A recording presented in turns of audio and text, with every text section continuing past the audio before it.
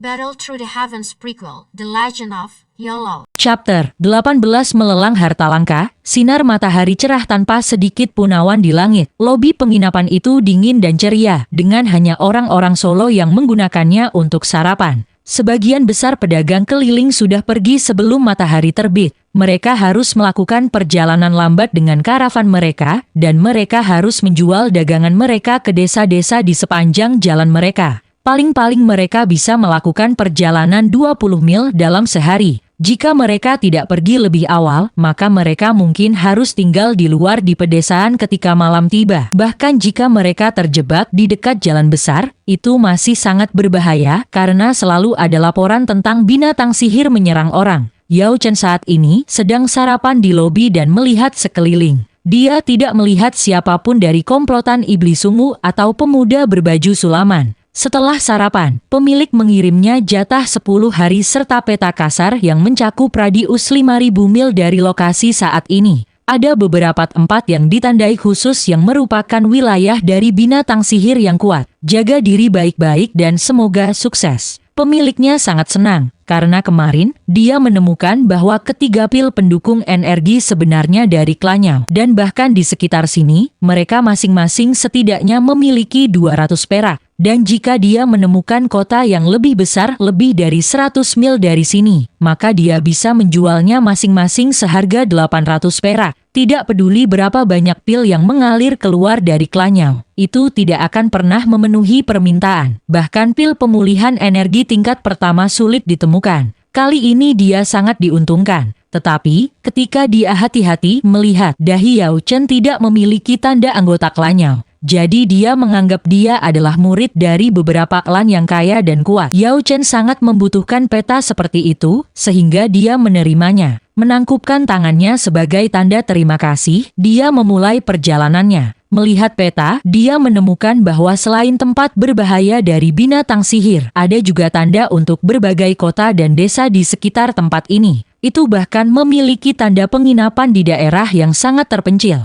Jelas peta ini dibuat oleh pedagang keliling dan bernilai setidaknya puluhan perak. Yao Chen berjalan cepat sambil juga menggunakan teknik dou fisik yang juga bisa dianggap sebagai jenis pelatihan. Ada beberapa orang di jalan, kebanyakan dari mereka naik kuda atau karavan. Yao Chen melewati mereka satu persatu. Teknik dou fisik yang ia gunakan ini telah melewati keluarganya dan dikenal sebagai langkahawan. Ada 12 tingkat untuk itu, dan setelah mencapai tingkat ke-10, Douki dapat digunakan untuk membentuk sayap awan, teknik dou terbang yang sangat khusus. Tapi Yao Chen hanya mengolahnya ke tingkat ke-9. Sekarang Yao Chen sudah menyadari bahwa dunia luar benar-benar berbeda dari dalam klannya. Mereka seperti dua dunia yang sangat berbeda. Di dalam klannya, yang paling penting adalah alkimia. Dia bahkan dapat menghentikan sementara kultivasi latihannya dan menunggu sampai tingkat alkimia mencapai tingkat yang cukup tinggi. Area lainnya akan secara alami menyusulnya nanti.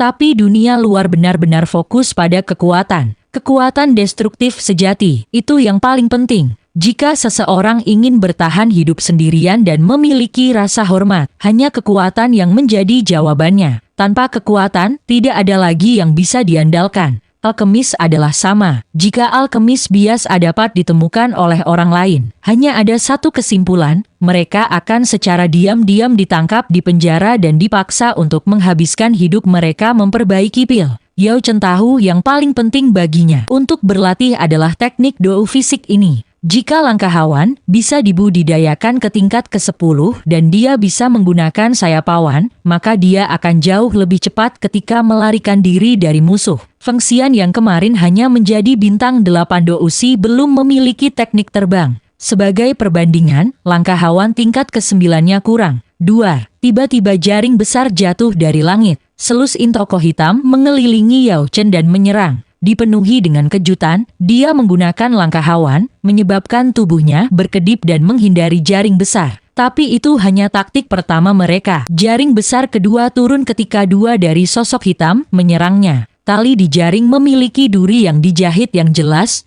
beracun. Formasi ini sangat terkenal, itu formasi racun yang bahkan bisa menangkap dan membunuh Dadousi jika dia ceroboh. Tubuh Yao Chen sekali lagi berkedip dan dia menghindari jaring kedua. Tetapi jaring ketiga terbuka dan sepertinya tidak ada cara untuk menghindarinya. Sebuah cahaya yang keras melintas di mata Yao Chen, dan lat kahawan tingkat ke-9 didorong secara maksimal. Kecepatannya meledak dan membawanya dengan suara angin yang menyedihkan. Blar, situasi berubah dalam sekejap mata. Dua semburan darah terbang di udara. Lengan kedua orang yang memegang jaring ketiga meledak dari Douki, dan yang tersisa hanyalah daging yang sudah hancur yang tampak seperti batu besar yang menghancurkannya. Kencangkan formasi, pastikan untuk memusnahkannya. Lebih dari selusin orang membentuk formasi. Douki mereka melonjak menjadi satu. Itu mengembun menjadi serigala besar yang menyerang Yao Chen. Yao Chen mengabaikannya dan terus menggunakan langkah hawan. Sosoknya menjadi satu dengan angin saat dia menyerang formasi. Douki meledak. Bahkan jika mereka mengencangkan formasi, apakah mungkin untuk memblokir angin? Dalam sekejap, selusin orang itu semuanya jatuh ke tanah. Tapi Yao Chen tidak membunuh mereka, malah hanya membuat mereka pingsan. Jika hanya satu atau dua, maka dia mungkin bisa menanggungnya. Tetapi lebih dari 10,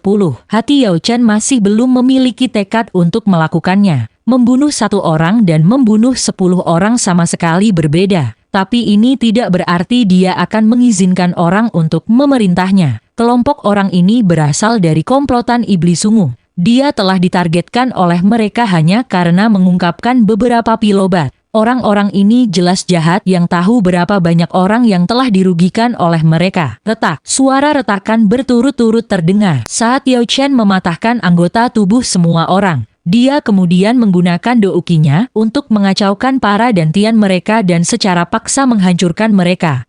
Selusin orang komplotan iblis ungu. Semua dibangunkan oleh rasa sakit dan mengeluarkan teriakan menyedihkan. Kamu, apa yang kamu lakukan? Sama seperti kamu apa? Aku menjarah. Dia mengambil semua yang mereka miliki, tetapi pada akhirnya itu tidak banyak. Hanya ada beberapa pilobat, tetapi 5 pil pendukung energi tidak bersama mereka dan mereka tidak memiliki banyak emas. Di mana bosmu? Pada saat ini Yao Chen menyadari bahwa orang yang memerintah mereka kemarin tidak bersama mereka.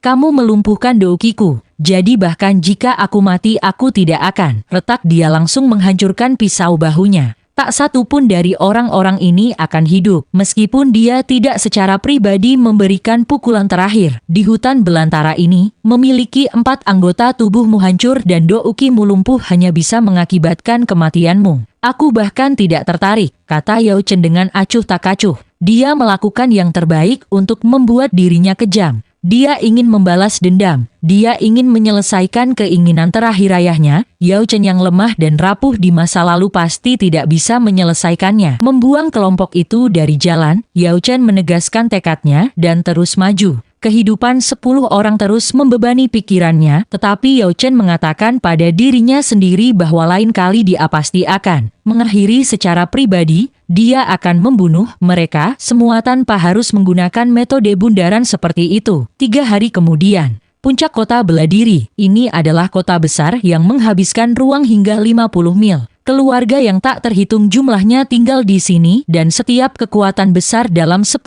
mil memiliki basis mereka di kota. Bahkan Klanyao memiliki cabang di sini. Tentu saja, keluarga cabang yang terletak di luar adalah yang paling kurang. Nenek moyang mereka telah memulai cabang setelah membasmi murid klan. Jika Yao Chen akan memulai cabang dan akhirnya memiliki keturunan berbakat yang direkomendasikan dalam klannya, maka ia akan dapat membawa gelar keluarga cabang klannya. Tapi keluarga cabang seperti itu tidak diizinkan untuk kembali ke tanah klan. Keluarga cabang di puncak kota Beladiri juga seperti itu. Mereka telah diusir dari klan lama, dan setelah kerja keras keturunan mereka berhasil kembali ke gerbang klannya, mendapatkan perlindungan klan, dan diizinkan untuk mengirim murid berbakat untuk berkultivasi di klan setiap 5 tahun. Penampungan 100 ramuan adalah pasar utama puncak kota Beladiri untuk bahan obat. Pengumpul ramuan dari 1000 mil jauhnya akan memilih untuk pergi ke sana untuk menjual apa yang mereka kumpulkan.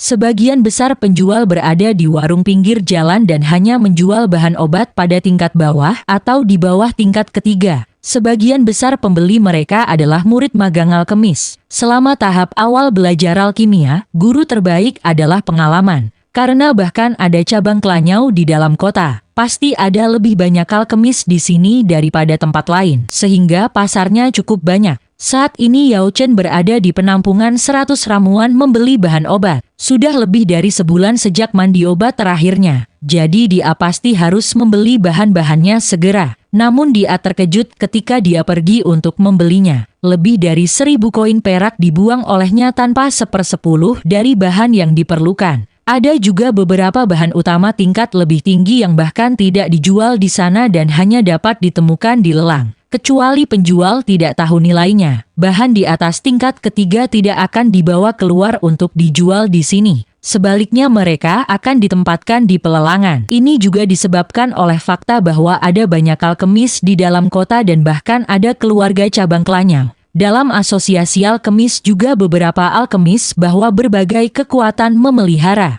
Setiap keluarga membutuhkan bahan obat. Tanpa pelelangan, konflik besar akan meletus di seluruh kota setiap hari. Air murni, esensi pasir violet, ini hanya dapat ditemukan dalam 3 lelang besar. Lelang yang lebih kecil jarang bisa menghilangkannya. Salah satu penjual di sana memberikan beberapa saran kepada Yao Chen. Namun ramuan obat ini semuanya dibeli sesegera mungkin. Dan kecuali kamu berada di bawah perlindungan keluarga, aku tidak akan menjelaskan itu. Si kecil, carilah tahu sendiri. Yao Chen tersenyum sedikit. Setelah membeli beberapa bahan obat biasa, ia meninggalkan penampungan 100 ramuan. 3 lelang besar di kota itu adalah pelelangan Paviliun 1 Surga, lelang 9 iman, dan lelang harta berharga. Masing-masing lelang ini memiliki dukungan mereka sendiri yang sangat kuat, terutama Paviliun One Heaven. Itu memiliki pendukung misterius yang diduga salah satu dari 8 klan kuno. Itu adalah lelang nomor 1 di puncak kota Beladiri.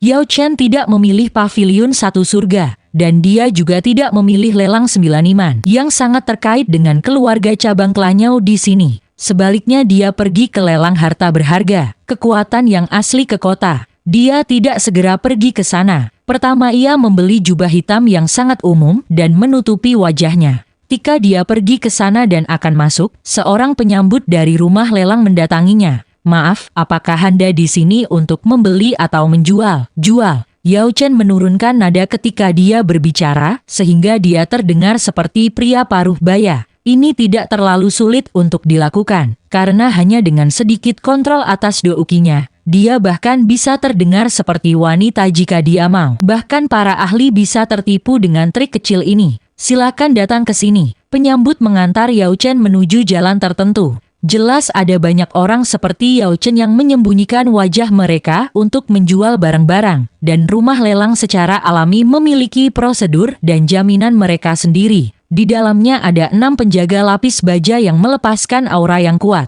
Mereka jelas semua setidaknya dado usi. Mereka semua berdiri di samping dengan hormat, tidak bergerak sedikit pun atau bahkan melirik Yao Chen masuk. Apapun yang Anda miliki, apapun dapat dinilai di sini. Tapi jika Anda ingin mengingkari hal ini dan menghina rumah lelang, ada 100 biaya penilaian koin emas. Tidak masalah. Yao Chen dengan biasa saja memuntahkan 2 kata ini sebelum mendorong membuka pintu dan masuk. Meskipun dia tidak berpengalaman, mudah untuk bertindak. Sebuah ruang santai yang besar ada di belakang pintu. Dindingnya ditutupi buku. Beberapa buku kertas, ada yang terbuat dari sutra, dan yang paling berharga adalah yang ditulis di kulit binatang. Membawanya keluar. Yao Chen mengukur sekelilingnya ketika sebuah suara tua datang dari tengah ruangan. Ada naga besi besar dengan pria tua berambut putih bermata encer duduk di atasnya. Di samping naga besi ada 5 penjaga dengan aura yang ditekan. Mereka mengenakan armor kulit, tapi armor itu melepaskan fluktuasi dari formasi Do. Jelas bahwa pelindung kulit ini tidak akan kalah dalam hal pertahanan dibandingkan dengan pelat baja terberat. Faktanya, itu jauh lebih unggul. Yao Chen tidak mengeluarkan suara. Dia sudah lama menyiapkan beberapa pil obat dan sekarang menyerahkannya. Salah satu penjaga memblokirnya dan mengambil pil sebelum menyerahkannya kepada penatua. Jelas naga besi itu tidak memenjarakan orang tua itu, tetapi untuk melindunginya. Ada mekanisme di lantai dekat itu. Jika situasinya berubah masam, mekanismenya akan memicu dan akan dengan cepat membiarkan naga besi melarikan diri bersama dengan orang tua itu. Pria tua itu dengan ceroboh mengambil pil-pil itu. Dia mengunyah beberapa kata ketika tiba-tiba matanya menyala. Ini adalah pil lapis Charlotte. Pil pikir Mizi merah tua dan bermutu tinggi. Barang yang pasti bagus.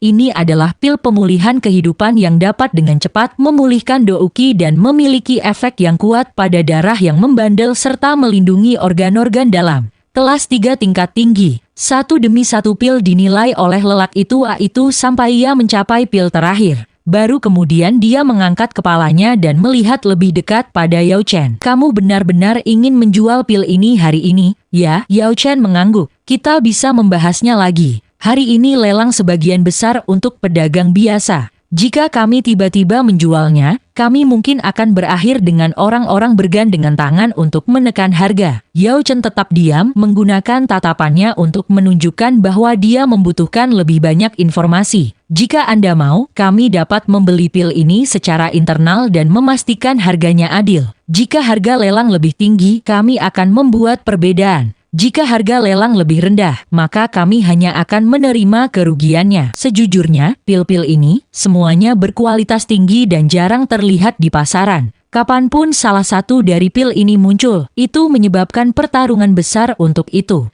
Untuk yang rendah ini bisa dianggap sebagai peluang besar. Yao Chen kaget. Baginya, itu hanya beberapa pil obat. Tetapi bagi yang lain itu adalah sesuatu yang perlu ditangani dengan cara yang begitu terperinci dan hati-hati. Tidak apa-apa asalkan harganya baik-baik saja. Yao Chen mengangguk karena dia baik-baik saja dengan cara apapun. Yang ia butuhkan hanyalah cukup uang untuk membeli bahan obat. Apakah dia menjual pil ke rumah lelang secara internal atau memutuskan untuk memaksa lelang? Itu tidak jauh berbeda. Tetapi jika dia ingin uang cepat, cara terbaik adalah tetap hanya menjualnya ke rumah lelang terlebih dahulu. Kesepakatannya yang cepat dan langsung membuat pria tua itu lengah. Dia telah menyiapkan lebih banyak argumen untuk meyakinkannya. Tetapi sekarang kata-kata itu tidak lagi diperlukan. Dia praktis mabuk dengan gembira dan melamun.